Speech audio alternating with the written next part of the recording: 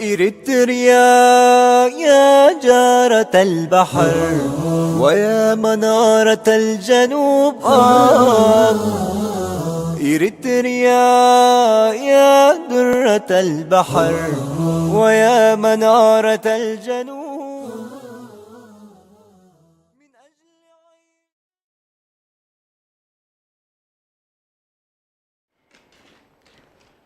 بسم الله الرحمن الرحيم. الحمد لله رب العالمين، والصلاة والسلام الأتمان الأكملان على نبينا محمد وعلى آله وصحبه أجمعين. مشاهدينا الكرام، سلام الله عليكم ورحمته وبركاته. أهلا وسهلا ومرحبا بكم في برنامجكم الدائم قضايا إريتريا. هذه الحلقة تتحدث عن موضوع نشر في التلفاز الإريتري ونشر كذلك في السوشيال ميديا فيما يخص حكم زواج المسلمة بالمسيحي أو بالنصراني، وأثار جدلا كبيرا واسعا بين أوساط المجتمع الإريتري في اللقاء الذي تم بين الأخت المسلمة والنصراني المتزوج من 16 سنة أو تقل أو تكثر، وأن الزواج هذا تم، وربما هما واقعتان، واقعة حديثة بأن الأمر عادي جدا، وواقعة قديمة حصل هذا الزواج من 16 سنة وأنجبوا أبناء. فهل هذا يعتبر زواجا شرعيا؟ وهل نسميه زواج بالفعل؟ وهل المسلمة يجوز لها أن تتزوج بالمسيحي؟ المسلمة الإريترية يجوز لها أن تتزوج بالمسيحي؟ وما حكمها شرعا إن كانت تحل الزواج هذا؟ وما حكمها شرعا إن كانت لا تحله وتعتقد بحرمته ثم تزوجت؟ وما حكم أبنائها من المسيحي؟ هل هم أبناء زنا أم هم أبناء شبهة؟ وما حكم من يحضر هذا الزواج من المسلمين ويهنئ الزوج والزوجة ويقوم بدعم مثل هذه الزيجات؟ وما حكم من يأتي مضطرا أو خائفا من جهة ما؟ وهل يحق للنظام الإريتري أن يدعم هذه الزيجات وأن يسجن أو يعتقل من ينكر على مثل هذه الزيجات؟ ما موقف المسلمين من ذلك؟ كل ذلك نناقشه مع فضيلة الشيخ الدكتور حسن سلمان داعية المعروف، فأهلا وسهلا بكم. حياكم الله شيخنا. بعد ذي بدأ يعني مدخل في دقيقة واحدة عن شريعة الزواج وما شرعه الله سبحانه وتعالى من تحصين الفروج وأيضا الحث على التكاثر والنسل. بسم الله الرحمن الرحيم. الحمد لله رب العالمين، والصلاة والسلام على رسول الله الأمين وعلى آله وصحبه أجمعين. أما بعد، خلق الله سبحانه وتعالى بحكمته وعلمه وقدرته البشرية من رجل وامرأة، أي آدم عليه السلام وحواء، ثم جعل الله سبحانه وتعالى بين هذين الطرفين علاقة غريزية تقوم على التواصل بين الطرفين ليكون منهما التناسل والتكاثر والبقاء البشري، لأن حكمة الله اقتضت أن يكون هنالك تكاثر وأن يكون هنالك تناسل وأن يكون هنالك امتداد لهذا العنصر البشري وألا يحصل الانقراض. وسنته عموما في كثير من خلقه هي سائرة على هذا النحو، هي سنة التكاثر الحيواني على وجه التحديد. وابن آدم هو جزء من عوالم الحيوان، ولكن الله سبحانه وتعالى أكرمه وشرفه بأن جعله مستخلف ومكرم، وجعله كذلك الكائن المكلف والذي يرسل إليه الرسل وتنزل إليه الكتب، ويكون في هذه الأرض قائم بأمر الله سبحانه وتعالى. ولذلك كان الأنبياء هم أوائل الناس الذين التزموا بهذه الشعيرة.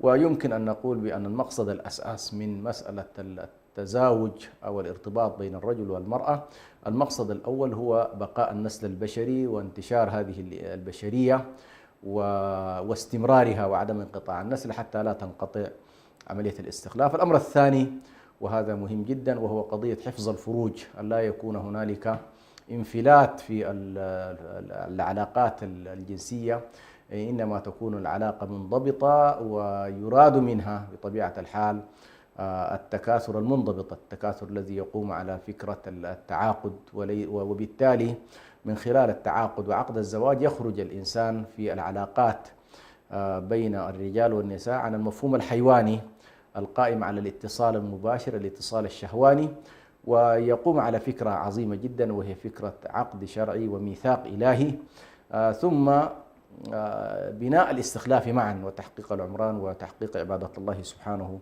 وتعالى.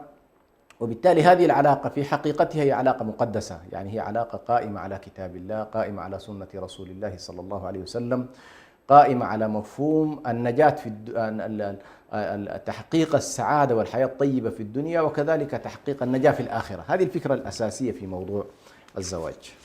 جميل، جزاكم الله خيرا وبارك فيكم. شيخنا الشيخ حسن،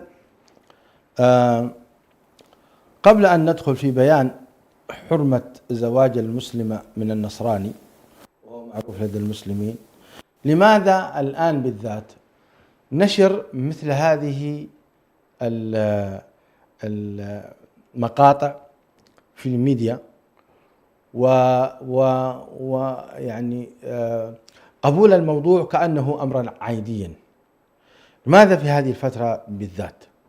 يعني قديما لا يمكن امرأة تجرؤ لهذا الموضوع، اليوم أصبح يعني والعياذ بالله يتجرأ التلفزيون أو تتجرأ السوشيال ميديا بنشر مثل هذه الأمور. برأيك لماذا؟ قبل أن ندخل في الأحكام الشرعية ونحذر من ذلك.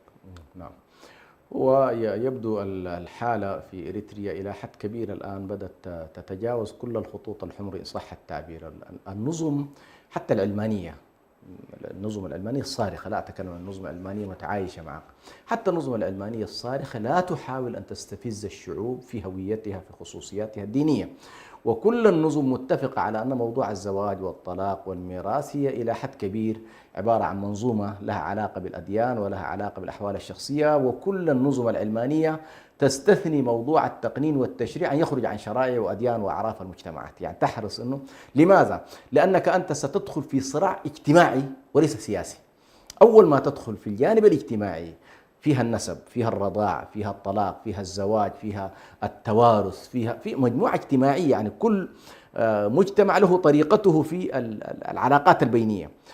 العلمانية تقول لك أنا لا أتدخل في الخصوصيات، إذن هذه خصوصيات دينية وخصوصيات ثقافية وخصوصيات اجتماعية، فالسلطات تحرص أنه ما تصطدم لأنك مجرد أن تدخل إلى هذه المساحات لم تترك للمجتمع بعد ذلك، حتى مثلا حتى الذين يتجاوزون يريدوا أن يتجاوزوا لا يحاولوا أن يدمروا هذه البنية، لكنهم يعملوا نظام يسموه القوانين المدنية، ويعملوا سلطات مدنية، ويعملوا محاكم مدنية، فمن أراد بمحض إرادته أن يذهب إليها يذهب، لكن لا تفرضه ولا تحاول أن تحبذه. فالشاهد الآن كأنما والله أعلم، وفي إريتريا العلم كان هذا موجود في كل العهود من العهد الإيطالي وانت ماشي، إيطالي البريطاني الإثيوبي حتى العهد الإريتري القريب، كان موضوع الأحكام فيما يتعلق بالأحوال الشخصية لا تحاول أن تتدخل به الدولة، وله محاكمه الشرعية التابعة للإفتاء، التابعة لوزارات الأوقاف. ولكن هذه المرحلة يبدو كأنما هنالك محاولات اقتحام وتكسير لآخر ما يمكن أن نسميه بالحصون التي كان يرتكز إليها البناء الاجتماعي والتماسك عموما الديني والثقافي للمسلمين. فهي على كل كأنما محاولة لتجريء الناس، يعني مثلا في مرحلة الثورة حصل هذا الأمر، كان الزواج لكن مجرد أن دخل الناس سبحان الله من الغابات ومن الريف ومن كذا كثورة دخلت إلى المجتمع، المجتمع لم تستطع هذه النخبة أن تفرض عليه خياراتها، بل ظل المجتمع متماسك بعقائده بدينه بكذا. فالفتاة التي جاءت بابن مثلا من زواج غير شرعي لم يتقبلها المجتمع، فكل الفتيات صرنا في إشكال. وكانت الدولة في تقدير عاقلة في ذلك الوقت في أنها لم تجبر المجتمع بالاعتراف بهذا الواقع، يعني هي تدرك بأن هذا المجتمع له عقائد، له عادات، له تقاليد.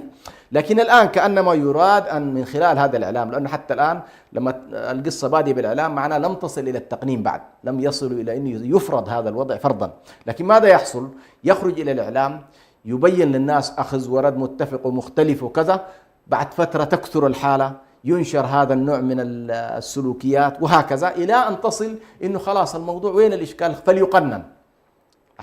فهي هكذا على كل تذهب إلى تجريف كل الخصوصيات الدينية والثقافية لهذا المجتمع، والله أعلم. طيب شيخنا شيخ حسن، حرمة زواج المسلمة من النصراني أو المسيحي حرمة بالإجماع، المذاهب الأربعة تحرم. لا العشرة مش العشرة كل، يعني لا يوجد في مذاهب الإسلام بما فيه الشيعة الخوارج كل الزيدية، يعني الأربعة دي ما السنية مش كده؟ أيوه. لكن خلينا نمشي إلى أهل القبلة، حتى يعني إيه؟ كل أهل الإسلام يقرون بأنه لا تزاوج بين مسلم وغير، بين مسلم. أنا كان سؤال إذا قاطعتني الله يجزيك. هل هناك من أجاز لا. زواج المسلمة بالنصراني؟ لا. هل هناك أحد؟ لا أبدا أبدا أبدا أبدا، لا يوجد. نعم لا يوجد ذلك. لا سبحان يوجد الله. ذلك. فقط حتى من باب الأمانة العلمية، فقط الخلاف الذي أثير مؤخرا في أن المرأة التي كانت نصرانية تحت شخص نصراني فأسلمت، هل فورا نفسخ أو ننتظر؟ هذه قضية عينية وحالة خاصة، حالة خاصة. لكن لا أحد من حتى هؤلاء قالوا فلتكن زانية، بدل أن تقول والله ما دام ستكون أسرتي فأنا أكفر، قالوا ننتقل معها، لكن لم يصحح عقدها. نعم. لا أحد صحح عقدها. هذه مسألة إجماعية تمام بين أهل الإسلام، يعني لا مجال لأنه أنت تستطيع إذا أردت على الأقل أن تقول والله أنا من أهل الإسلام وأحاكم في هذا الجزء من الأحكام بأهل الإسلام، ما عندك مجال أصلا. هناك من يدعي من بعض النصارى وبعض جهال المسلمين بل ليس هناك نص صريح صحيح يحرم المرأة المسلمة أن تتزوج من المسيحي، هل هذا صحيح؟ لا بالعكس، هو أصلا شوف سبحان الله، حتى تكون الصورة يعني واضحة لشبابنا على وجه التحديد، لو أن هنالك مساحة لتأويل في نص قرآني أو تأويل في نص نبوي لاختلف الفقهاء. 200 ينشأ الإجماع شيخ برهان، الإجماع لا ينشأ إلا في القضايا واضحة المعالم، الأمور ليست فيها خلافات، هنا ينشأ الاختلاف الفقهي. لكن أن تسمع بأن هنالك إجماع بين أهل الإسلام في أن المسلمة لا يمكن أن تبقى تحت اسمة الكافر. نعم. تحت اسمة الكافر، هذا ما انتهت إليه الشريعة، هذا هو. وبالتالي الحديث عما قبل ذلك لا يصح، أيضا لا يصح أن نقول بأنه والله في المرحلة المكية كانت، لأن نعرف نحن كيف كان الانتقال التشريعي، لاحظت كيف كانت ما بعد صلح الحديبية حصل التحول في ولا تمسكوا بعصم الكوافر، والآية الثانية في أنه المؤمنات اللائي يهاجرن من الكفار لا هن حل لهم لا هن حل ولا هم يحلون لهم. فلا مجال أصلا، كلام واضح يعني، كلام واضح. نعم. والآية آية البقرة، وفرق النبي صلى الله عليه وسلم بين ابنته زينب نعم وزوجها العاص. نعم هذا هو رضي الله عنهما، ثم لما أسلم أعادها. قصة حب أخرى يعني، قصة جميلة صراحة. يعني تحتاج إلى الله يجزيك. سبحان الله سبحان الله. طيب شيخنا، يعني في ظل هذه الظروف وفي ظل هذه الأحكام ووضوحها، طبعا دار الإفتاء الإريتري يحرم أعتقد ذلك، لكن لم أقف أنا، لكن على كل حال كان لابد لنا أن نعود إلى دار الإفتاء الإريتري وكتبهم حتى نؤكد على هذا الموضوع. لا أتصور شيخ برهان أن أحد يجرؤ لا في الإفتاء ولا غيره الخروج عما هو مجمع عليه، كون والله السلطات الأمنية، السلطات الإعلامية، السياسيين يقولون كلام، هذا شيء، لكن أن يتحمل شيخ من المشايخ الآن في الداخل أو الخارج مسؤولية هذا الموضوع الشرعي الخطير، لا أتصور على كل. أين يتم عقد هذا الزواج بين المسلمة والمسيحي النصراني؟ غالبا في المحاكم المدنية وليست الشرعية. وليست الشرعية. لا ليس عند القضاة. لا ليس عند القضاة الشرعيين. ليس عند القضاة الشرعيين. هو قضايا الزواج والطلاق والرضاع كلها تذهب إلى المحكمة الشرعية. نعم. هؤلاء ماذا يفعلون؟ لأن الدولة لا تمانع أصلا، دولة كدولة يقول والله الزواج حسب شخصية، دار تتحاكم يعني قضايا حرية، أيوة دار تتحاكم قضايا خاصة. إذا دار تتحاكم إلى شريعتك اتحاكم، ما دار تتحاكم أمشي أعمل عقد مدني كما هو الأحوال في تركيا. تعرف أنت أن الجانب الشرعي موجود والمحاكم المدنية موجود، لكن المجتمع بكليته يحرص أن يذهب إلى إيه؟ لأن هذه قضية لها علاقة زي ما قلت لك بالجانب العقدي والجانب الاجتماعي، يعني ليست هي قضية عقدية بحتة عشان برضه نتصورها يعني. وده أنا سبحان الله حصل بيني وبين النائب العام سابقا اللي هو أدحنوم، كان من الشخصيات اللي في الداخل، وأثار معي فترة من فترات هذا الموضوع، وقال لي لماذا تقبلون الزواج منا ولا تقبلون أن نتزوج منكم؟ هو توفى على كل وانتقل إلى الآخرة، لكن كان هذا السؤال يؤرقه وهو كان نائب عام. فجاوبته إجابة أنا وقتها على كل، كان معي عدد من حضور المسلمين وقالوا لي والله نحن هذا السؤال لما سألك أدحنوم شعرنا بصاعقة، ماذا سيقول أبو البراء في هذا الموضوع؟ فأنا ما جاوبت إجابة، قلت له أنت طبعا الآن لا تسألني عن الشريعة، لأنك عارف واضح من كلامك أنك أنت الشريعة تمنع. قال لي نعم أعرف.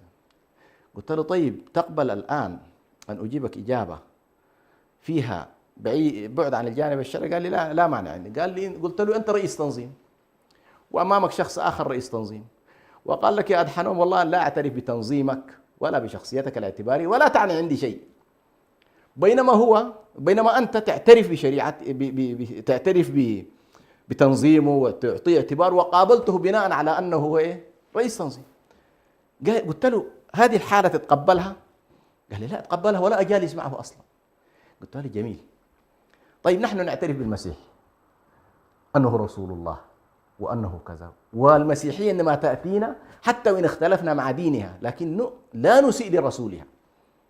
نعتبر عيسى ومريم بالنسبة لنا مقدس، ما قابل ثم شريعتنا لا تمنع من أن الزوج الذي يتزوج بمسيحية ممكن يوصلها إلى الكنيسة ويرجع منها، فيرجع إليها بعد ساعة وقد أدت صلاتها في كنيستها. الله يحترم دينها. قلت له تصور أنت المسيحي لما أنا أعطيك المسلمة تقول لها لا أؤمن برسولك ولا بكتابك ولا دينك عندي يعني شيء، كيف أعطيك امرأة؟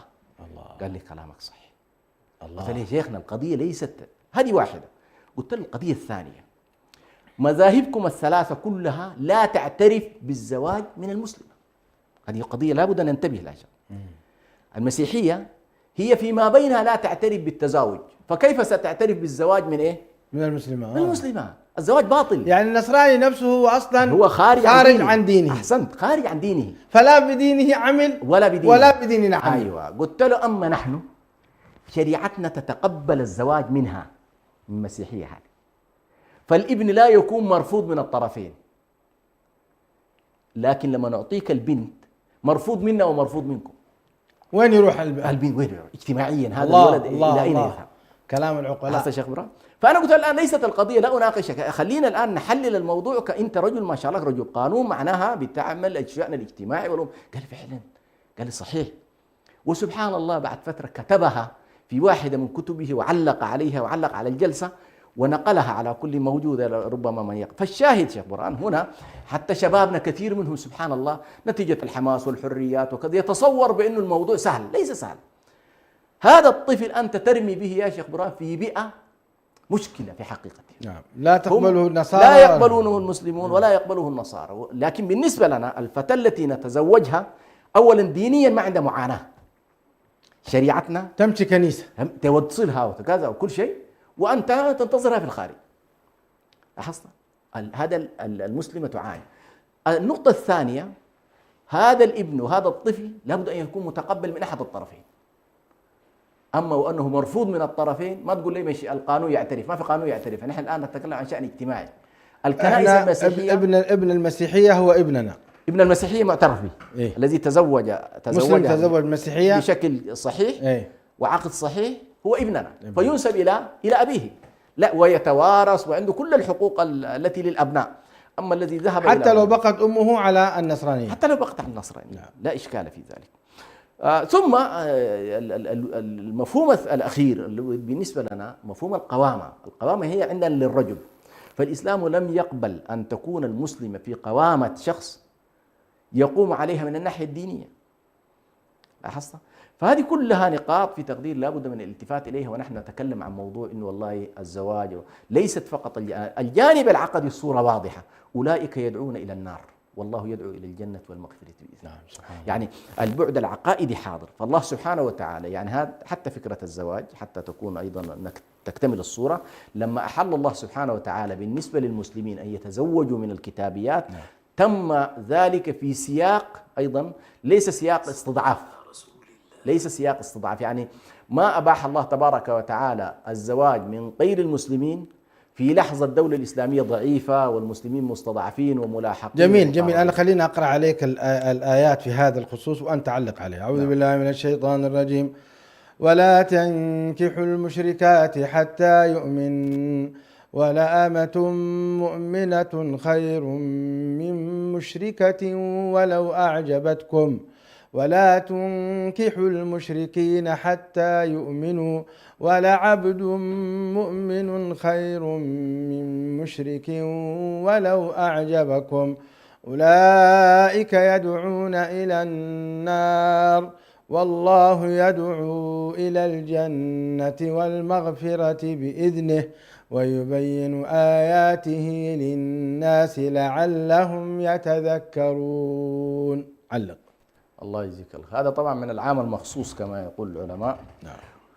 ولو أن لم تكن هنالك آيات المائدة لكان التحريم عاما للمشركين جميعا ممن لهم دين ومن ليس لهم أديان.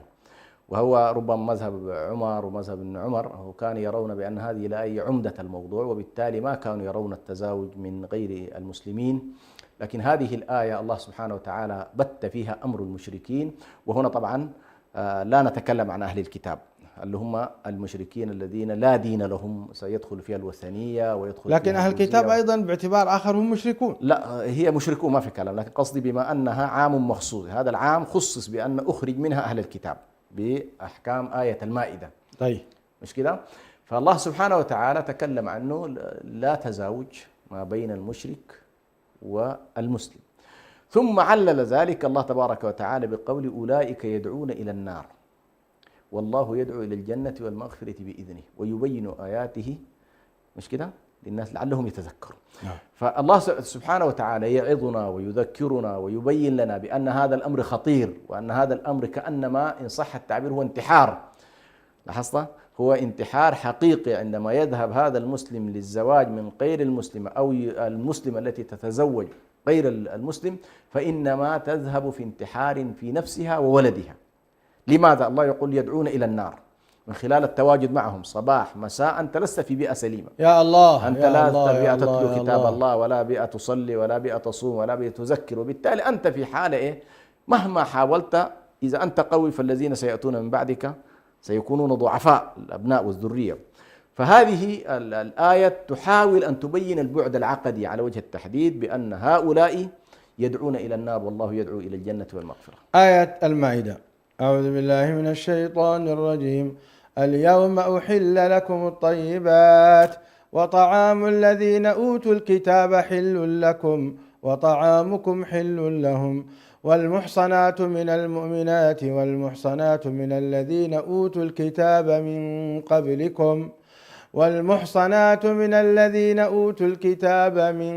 قبلكم إذا آتيتموهن أجورهن محصنين غير مسافحين ولا متخذي أخدان ومن يكفر بالإيمان فقد حبط عمله وهو في الآخرة من الخاسرين. يا أخي القرآن عجيب. شوف حتى الكتابية قال لنا لابد أن تعطوها أجرها. ها؟ والمحصنات من المؤمنات والمحصنات من الذين أوتوا الكتاب من قبلكم إذا آتيتموهن أجورهن. الله هنا علق الشيخ حسن بس عجبتني. طبعا بالنسبة للآيات طبعا فيها مجموعة اشتراطات حتى أيضا تكون واضحة. الشرط الأول أن تكون كتابية، نعم. فلا يصلح طبعا تحت حجة إنه هي تعيش في بيئة مسيحية إنه يلزم، لأنه الآن كثر الإلحاد في النصارى بشكل يمكن في بعض البلدان يصل الإلحاد إلى 70%. ما تكون ملحدة، لا تكون ملحدة بمعنى لأنه إن كانت كتابية. ملحدة فهي لحقت بالآية الآية السابقة. هذا الجانب الأول، بمعنى أنها تدين بدين أهل الكتاب، إما أن تكون يهودية على دينها وإما أن تكون نصرانية على دينها. هذا الشرط الأول. نعم. الشرط الثاني الإحصان. الإحصان هو أن تكون عفيفة، ألا تكون ممن اشتهر بإيه؟ بالفواحش والزنا والارتباط بالرجال وكذا، هذه أيضا لا بد منها. ولا متخذي هذه جانب هذه الشرط الثاني، إما أنها صاحبة فاحشة علنية وإما صاحبة إيه؟ صداقات سرية. نعم. فقد تشتهر أيضا بعض النساء وهن من أهل الكتاب بأن لهن أخدان، وللأسف الشديد طبعا في مجتمعنا هذه الظاهرة موجودة بالذات في غير المسلمين، وهي أن ترتبط المرأة بشخص إيه؟ بشخص ليس زوجا لها. لا. ولا يصنف، لا يعرفونه الناس انه هذه خليلته يبات عندها لفتره من الزمن ايش يسمونه جيرل فريند وبوي فريند. ايوه نعم، بوي فريند. ايوه نعم. ولا متخذي اخدان. نعم. فاذا انت ان تكون على كتابها، الا تكون ملحده، وان تكون عفيفه ليست صاحبه فاحشه علنيه، والا تكون صاحبه اخلاء سريين. هذه الثلاثه لا بد منها، لا بد منها عندما يتم الزواج. وطبعا هذه البيئة التي هذا إذا أنا كمسلم أريد أن أتزوج كتابية، فهذه الشروط الثلاثة. علما أن آباءنا كانوا أصلا إذا أرادوا أن يتزوجوا بالمسيحية نعم. يأتون إليها نعم. ويقولون نحن نرغب الزواج منك. نعم. ويذهبون إلى الأسرة بشرط أن تسلم. عجيب. اي جماعتنا في منطقه المرتفعات يشترطون عليها ان تدخل في الاسلام. هذا طبعا وكان اهلها يقولون نعم ادخلي. لانهم يعرفون سبحان الله يا شيخ حسن. نعم. بانها اذا دخلت في بيت المسلم انها تكرم. نعم. انها تعظم. نعم. انها يعرفون هذا، كان هذا معروف لديهم نعم. عبر سنوات طويلة، لذلك لا يمانعون كل حدار قبلي. نعم. الخيار لها على كل، الخيار لها وهنا طبعا حتى المسلم لا يستطيع أن يفرض عليها الزواج، هذه مسألة برضو معروفة. لا تكاد تجد أسرة مسلمة يعني الوالدة فيها يعني أسرة مسلمة مكونة من مسلم والمسيحي أن تبقى المسيحية على دينها. صح، معروف. ما تبقى هذا في دينها. بعد فترة تلقاها خلاص دخلت في الإسلام وأنجبت ودخلت واندمجت، وتجدها أشد حرصا لدين الإسلام من زوجها. نعم. هذا وجدناه من خلال التجربة. هذا كثير جدا وموجود سبحان الله، بل تجدها في التمسك بالإسلام أشد حتى من الذين كانوا على باقي لنا أن نقرأ الآية الثالثة حتى لا يقول هؤلاء الذين يقولون ليس هناك دليل شرعي. فبقي لنا أن نقرأ آية الممتحنة. أعوذ بالله من الشيطان الرجيم.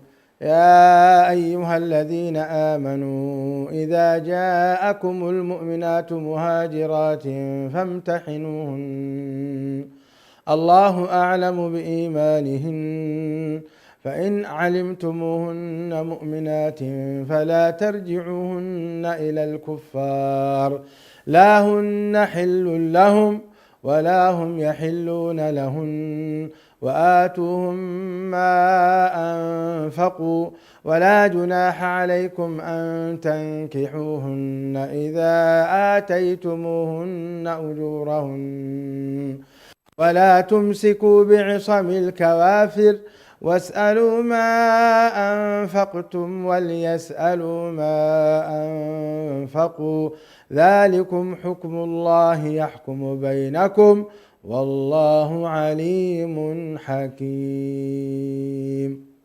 تعليقكم. آيات عجيبة سبحان الله. طبعا هذه الآيات يعني صراحة جعلتني أقف كيف أن القرآن الكريم والله جل جلاله هنا نسخ لميثاق وبند وقعه النبي صلى الله عليه وسلم في صلح الحديبية، كان بندا عاما، بمعنى الرجال والنساء، ما نصص على انه موضوع النساء اذا جاءوا يقبلوا لا، كان النص عام انه كل من جاء من المشركين الى المسلمين يرد. نعم. فلما جاء الرجال ردوا، ولما جاء النساء حصل اشكال، ماذا نفعل؟ فجاء الخبر من السماء.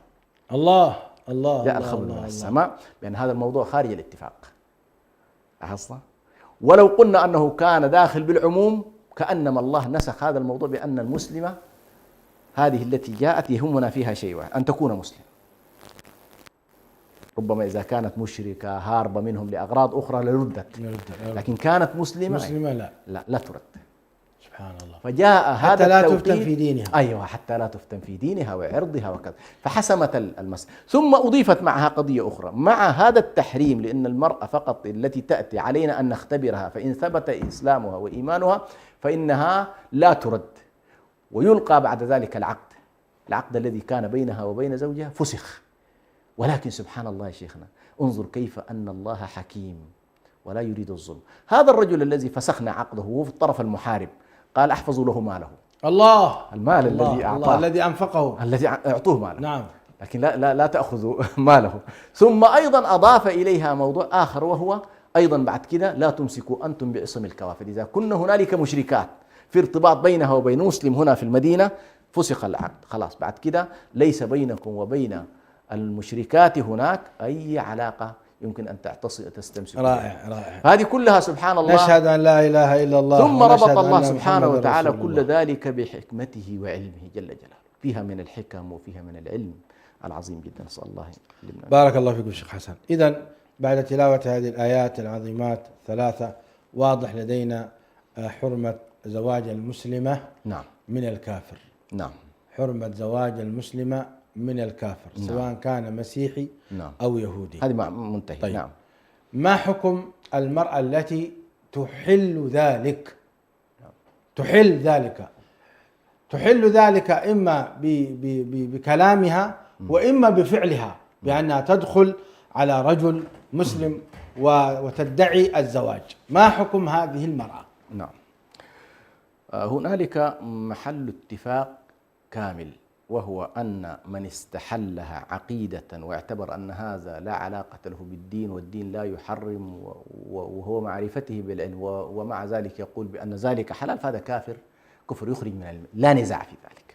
ليس بمسلم. ليس بمسلم. كافر ليس بمسلم. كافر ليس بمسلم. من يقول بأنه والله أنا ما في أي حاجة تمنعني دينيا، يبين له بأن هذا في الكتاب وهذا، لا يقول هذا حلال، هذا كافر. لكن الخلاف شيخ برهان، هل هذه التي أقدمت مع علمها بأن هذا الأمر حرام ولكنها أقدمت على أمر فيه استحلال الفرج بالعقد، هذا هل نعد ذلك استحلالا أم لا نعده استحلالا؟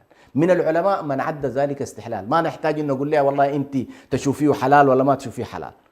لاحظت؟ منهم من عد حتى هذا نوع من من أنواع الكفر والعياذ بالله. فالمسألة خطيرة جدا، يعني حتى بعضهم قال لا نحتاج أن نعود. لكن خلينا الآن نقول بأنه والله إذا قالت بأنه هي تراه حراما، أي نعم، مثلا إذا قالت أنها تراه حرام، فإننا لا نكفرها بما وقعت فيه، كمن يشرب الخمر، وكمن لأنه حتى الذي يشرب الخمر هو أصلا لو سألت يقول لك حرام، يقول لك. فإذا قالت أنها تعتقد حرمتها وكذا فنحن عموما لا نكفرها. لكن أقول لك بعض العلماء ذهب إلى أن فعلها هذا لأنهم نظروا إلى عقد الزواج، عقد فيه استحلال الفروج، فيه استحلال الفرج بهذا العقد. فعلى كل، هذه التي فعلت هذا عليها أن تدرك بأنها ارتكبت كبيرة من الكبائر وذنب عظيم جدا، وأدخلت نفسها وأهلها. إذا كانت تراه هذا حراما، يعني إذا كانت تراه فهي حراما، فهي زانية. نعم. وستظل ما بقيت مع هذا الرجل زانية، وفي كل علاقة تأتي معه فهي زانية. ومن يخرج من الأبناء بعد ذلك فهم أبناء أبناء زنا. هذا حتى نفرق بأنه القضية هنا لا فيها شبهة يا شيخ برهان، يعني التي نقول فيها شبهة زنا ليست هذه. يعني تكون واحدة جاهلة لا تعرف أنه والله الزواج من هذا النصراني حرام، هذه ممكن بعد نتدارك ونقول لها حرام تقول تبت إلى الله، بس أولادي إيش هذا؟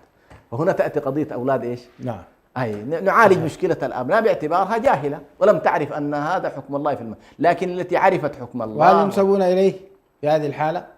في أي حالة؟ ينسبون في حالة إذا قالت أنا جاهلة ما كنت أعرف أنه حرام، ممكن هذه، وهذا بني آدم وأنا تزوجته. أيوه، هذه فيها أمرين، فيها أن المهر لها، وفيها كذلك نسبة الولد إلى الأب إذا كانت جاهلة ولم تعرف حكم الله في الأمر، فهذا نكاح شبهة.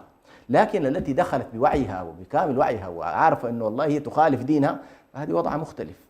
لا الأبناء يكونون أبناء حلال، ولا الزيجة ستظل مقبولة عند الله ولا عند المسلمين. أعوذ بالله. نعم. طيب اذكروا لنا حرمة الزنا وما وضع الزناه يوم القيامة، لأن بعض الأخت تظن أنه هو مجرد يعني أمر خالفت أمرا ما، خالفت مسألة فقهية، ولا تظن أن وراءه عذاب شديد، أن وراءه حساب شديد يوم القيامة.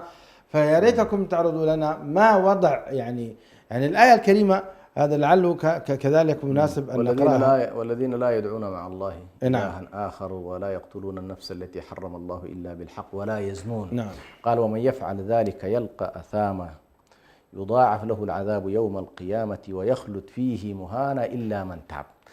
يعني لاحظ هذه الكبرى الكبائر اللي الإشراك بالله، قتل النفس، الزنا. يعني لو جينا إلى التراتب دعني أتلوها عليك. نعم تفضل. الله أنت علق عليك. الله يجزيك. أعوذ بالله من الشيطان الرجيم.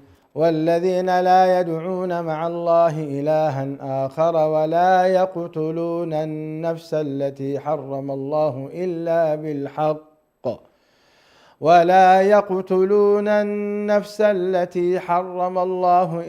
بالحق ولا يزنون ومن يفعل ذلك يلقى أثاما يضاعف له العذاب يوم القيامة ويخلد فيه مهانا إلا من تاب وآمن وعمل عملا صالحا فأولئك يبدل الله سيئاتهم حسنات وكان الله غفورا رحيما ومن تاب وعمل صالحا فإنه يتوب إلى الله متابا. التعليق لكم. الله. هنا سبحان الله واضح أن التراتب في مقاصد الشريعة الكبرى هو أن توحيد الله سبحانه وتعالى، توحيد الله عز وجل، هذه الرتبة الأولى، هذا الحق الأعظم، ولا يدعون مع الله. تمام. الأمر الثاني حفظ النفوس ولا يقتلون، حفظ النفوس. يا سلام. والزنا ولا يزنون، حفظ النسل. حفظ النسل. هذا التراتب تقريبا ولا بد من الانتباه إليه. هنا سبحان الله تلاحظ بأنها هذه التي تتزوج هي ليست فقط كالزانية العادية التي يعني على علاقة وقعت مع واحد مثلا وتنتهي خطأ مرة واحد مرتين، وقد لا يترتب عليها. لكن هذه إشكاليتها، هذه التي تقع في هذه العلاقة أمرها أعظم من قضية الزنا. أول فيه عدوان على حكم الله، وفيه عدوان على ولاية أبيها يا الله وأهلها وإخوانها، وفيه كسر حقيقي لأهلها وللمجتمع المسلم ككل. نعم. وفيه كذلك عدوان على أبنائها. نعم. يعني ليست المسألة فقط مسألة، فهذه الإشكالية يعني ليست زنا طبيعي أو زنا عادي كذا، لا، هي فيه عدوان على حكم الله وعلى شريعته، وفيه عدوان على المجتمع المسلم وبدءا من والديها وإخوانها، وفيه عدوان كذلك على أبنائها الذين أدخلتهم في موضوع سيكون مستقبله قاتم وفيه إشكالات. هؤلاء ماذا سيكونون؟ هل سيكونون مسلمين يتبعونها أو سيكونون والعياذ بالله مسيحيين؟ فلا المسيحية تقبلهم ولا المصيبة مصيبة كبرى. طيب يضاعف له العذاب يضاعف له العذاب يوم القيامة. طبعا هنا فيه سبحان الله هذه المضاعفة. رأينا كيف أن النبي صلى الله عليه وسلم كان يتحدث عندما جاء في المعراج، ذكر مجموعة من الأصناف. كان من أسوأ أنواع العذاب هو حديثه عليه الصلاة والسلام عن الزنات وما يخرج منهم. فالمضاعفة لا نستطيع أن نتصورها، لكن ليس عذابا عاديا. وقد نصت كثير من النصوص عن المراتب في جهنم نفسها، المراتب أو الدركات في جهنم. فالمضاعفة قد تكون من هذا النوع، عذاب خلف عذاب أو حقبة تلو حقبة، يضاعف له العذاب لفترات قد تكون زمنية وقد تكون حتى في ذات العذاب نفسه يأخذ. طيب باقي لنا دقائق حتى نختم. حكم الوالدين الذين يوافقان على زواج بنتهما المسلمة من المسيحي، حكمهما؟ لكن الحكم الشرعي في أول من ناحية عقدية نفس الطريقة الأولى. إذا كانوا يرون ذلك حلالا فهم والعياذ بالله يلحقون، كفروا نسأل الله العافية والسلام. لكن إن جاملوا وتعاملوا مع الموضوع ببساطة وببرود فعليهم نفس الحكم فيما يتعلق أنهم ارتكبوا كبيرة من الكبائر ومشاركين لها في الإثم ومشاركين لها في الذنب. وستظل يعني أوجب ما يجب على الوالد في مثل هذه الأحوال أن يمتنع أن يعطيها صك الولاية، إنه والله لا يعترف لها بهذا الموضوع، ويظل يقيم على الأقل دعوته في أنه هو رافض لهذا الموضوع ومنكر له على الملأ وعلى الأشهاد، حتى لا يعطي الصك انه والله الوالد موافق والاسره موافقه، لا، ليست هنالك موافقه لهذا النوع، وهم في خطر شديد، بل لا يجب، نفس الوعيد في خطر شديد. نعم. أسأل الله بل هو العافية اوجب والسلام. الواجب على الوالد هنا ان ينكر المنكر في اسرته. نعم. كيف يرضى؟ يعني لو قيل له بانك هل تقبل بان تزني بنتك؟ يقول لك لا. طيب هو زنا، وأشد من الزنا، أشد من الزنا، يعني كيف الزنا. تقبل بهذا الوضع؟ طيب. فللأسف الشديد هذه إذا نصيحة للوالدين نعم. أن يحذر أشد الحذر من هذا الموضوع. نعم. هي كونها تخرج من بيت أهلها وتتحمل القضية، أيوة. لكن الوالد يأتي ويزوجها. نعم. وهو يكون شاهد لهذا الموضوع ويقف برجليه يزوج امرأة مسلمة بنصران، هذه مصيبة كبيرة. بل هذه طيب باقي في شهادة الزور أيضا. نعم، شهادة الزور. نعم. الله العافية والسلام. نعم. نأتي إلى صديقاتها وزميلاتها التي يحضرن الزواج، وإذا أنجبت من المسيح هذا يذهبن ويعطينها هدية الإنجاب. نعم. وكل ما تنجب يذهبن يعطينا هدية الإنجاب، وكأنه زواجا شرعيا إسلاميا، والعياذ بالله. نعم. حكم هؤلاء هذا كمن يفرح والعياذ بالله بانتشار الرذيلة في المجتمع، وهذا لا أحد يقول به. يعني ليلة هل في حد إذا انتشر الزنا، انتشرت الفواحش، انتشرت الخمور، نهنئ الناس على ذلك؟ يعني لا بد أن نصحح نحن المفهوم ابتداء أن هذه الوضعية ليست وضعية طبيعية، لا هي وضعية طبيعية شرعا ولا هي وضعية طبيعية اجتماعيا، فأنت تخالف الشرع وتخالف أيضا الحالة الاجتماعية في المجتمع، فلا نجعله طبيعيا. أقل أحوال المجتمع أن ينكر المنكر، لأنه والعياذ بالله إذا نحن تجاوبنا مع هذا الوضع فقد نقع فيما وقع فيه بنو إسرائيل، وهو أنهم كانوا لا يتناهون عن منكر فعلوه لبئس ما كانوا يفعلون. أسباب عذاب لعن الذين كفروا من إسرائيل على لسان داود وعيسى من ذلك بما عصوا وكانوا يعتدون، كانوا لا يتناهون عن منكر فعلوه. فالمجتمع أقل ما يفعله هو أن ينكر ذلك، والمنكر درجاته ثلاث: إما أن تنكر باليد، وإما أن تنكر باللسان، وإما أن تنكر بالقلب. نكران القلب أقلها ألا تفرح بها. ما الذي يجعل صديقتها تذهب تهنئها على فرض أنها زنت؟ لو أن صديقتها زنت وأنجبت ابنا من الزنا، هل تهنئها؟ فهل تهنئها؟ هل تذهب وتأتي لها بهدية وتقول لها مبروك؟ بالعكس، مبروك على الزنا. لن تجرؤ أصلا على زيارتها، لن تجرؤ على زيارتها، دعك من أن تبارك. لن تجرؤ، لأنه ستخاف على سمعتها هي أصلا، وهذا أشد من الزنا. نعم، هو أشد. نعم، هذا توجيه كبير. نصيحتكم لمن وقعت في مثل هذا من التي تزوجت أو العياذ بالله وقعت ولا يسمى زواجا، نعم، وإنما هو سفاحا ونكاحا، بمن وقعت في مخالفة شرعية بأن ارتبطت ارتباطا محرما بالمسيحي، ما هي نصيحتكم لها؟ وعلى كل نصيحتنا لها في بعد أن وقعت فيما وقعت فيها، وأن تتوب إلى الله سبحانه وتعالى وتقلع، لأنه من شرط التوبة أن تقلع عما هي فيه. يعني لا تصح أن تقول أنا تبت وهي لا زالت على علاقتها، يعني فورا تنقطع عن الزواج، تبطئ. هو زواج باطل أصلا، لا يحتاج، هو زواج باطل، لكنها هي خلاص تنفصل عن هذه العلاقة، وتحاول أن تصحح وضعها، وتحاول أن تتوب إلى الله وتكثر من التوبة والاستغفار، وأن تعمل عملا صالحا حسب الآية. تحاول أن والله ما وقعت فيه تتوب منه وترجع إلى الله سبحانه وتعالى وتصلح ما بقي من عمرها. النقطة الثانية: إن كانت هنالك حالة إنجاب وقعت في هذه الحالة، فعلى كل الفقه يذهب في اتجاه أن هؤلاء الأولاد من حيث حكم الإسلام فهي يتبعونها ولا يتبعونه، تحيزا لهم طبعا هنا، أي يتبعوا دينها. نعم. ولا تسمح بأن يتبعوا، لأن الإسلام يعلو ولا يعلو عليه. نعم، فالحالة هذه الأولاد سيتبعوا دينها ولا يتبعوا دين المسيح. هذا الوضع الطبيعي. ثم على المسلمين أن يقبلوه. نعم.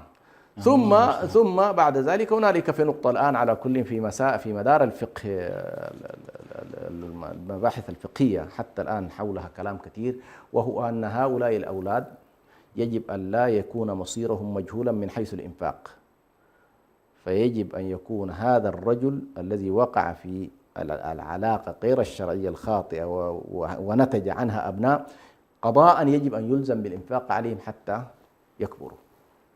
سبحان الله. نعم، لكن لا توارث بينهم، لأنه لا توارث بين دينين من جانب، ولا توارث بين دخلت الحرمة دي في مصائب. أي نعم، في مصائب دخلت. إنا لله وإنا إليه راجعون. مشاهدي الأكارم، نسأل الله تعالى أن يرفع عنا البلاء، آمين، وأن يعم في إريتريا الطهر والعفاف والخير والحذر من هذه الأمور، أنا أتعجب من سورة النور. سورة النور من أولها إلى آخرها تدعو إلى العفة وتحذر من الوقوع في الزنا، وذكرت أحكام الزاني والزواني، وأنزلت عليهم العقوبة الشديدة. الزاني المحصن يرجم، والزاني البكر يجلد. وأيضا ذكرت السورة آداب العفة وآداب الاستئذان وآداب أيضا، وأمرت الرجال أن يغضوا البصر، وأمرت المرأة أن تتحجب، كل ذلك حتى لا يقع الناس في فاحشة الزنا. العجيب والغريب إخواني وأخواتي أن في وسط هذه السورة التي يعني تحث على العفاف وأقامت التدابير الواقية من الزنا، في وسطها ذكر الله عز وجل آيات التمكين، آيات التمكين وآيات القوة للمسلمين، وكأنه يقول كل ما كنتم أنتم أصحاب عفة وأصحاب طهر فأنتم أصحاب قوة وأصحاب تمكين، أنتم أهل للسلطان. والله شيء عجيب في وسط يعني هذه الآيات، في وجهة نظر العبد الجاهل أن تكون في سورة التوبة أو في سورة الأنفال، وهي قوله تعالى: وعد الله الذين آمنوا منكم وعملوا الصالحات ليستخلفنهم في الأرض كما استخلف الذين من قبلهم وليمكنن لهم دينهم الذي ارتضى لهم وليبدلنهم من بعد خوفهم أمنا يعبدونني لا يشركون بي شيئا. هذه الآيات في وسط سورة النور، في وسط العفة، دليل على أن لا نمكن إلا إذا كنا أطهار، لا نمكن إلا إذا احترمنا هذا الدين وأوامر الشرع، لا نمكن إلا إذا كنا في مجتمع طاهر عفيف يعني يرفض الرذيلة ويقبل الفضيلة. هذا هو السر. يعني كأن الله يقول: تريدون أن تكونوا أقوياء وأصحاب سلطة، وكل ما قل الطهر والعفاف من أي مجتمع مسلم قلت أيضا السلطة وأصبحت السلطة لغيرنا. نعم، هذه حقيقة يعني واقعة غريبة وعجيبة في سورة النور. أسأل الله تعالى أن ينفع بهذه الحلقة، وأن يرزق أخواتنا المسلمات اللاتي وقعن في هذه الفاحشة التوبة. يا أختي توبي إلى الله قبل أن يأتيك الموت. أنت اليوم هؤلاء المشايخ شيخ حسن سلمان ومحمد عبد الله نصحوك بأن هذا حرام، والله إذا مت فالعاقبة سيئة جدا للغاية. إذا مت وأنت في تحت هذا الرجل النصراني الخبيث، تحت هذا المسيحي، فإنك في خطر شديد. انتبهي. اللهم يا ربي ارزق أخواتنا التوبة، وأصلح بلادنا، وارزقهن العفة والحشمة والحجاب والعفاف.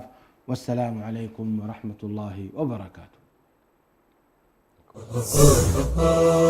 إريتريا يا جارة البحر ويا منارة الجنوب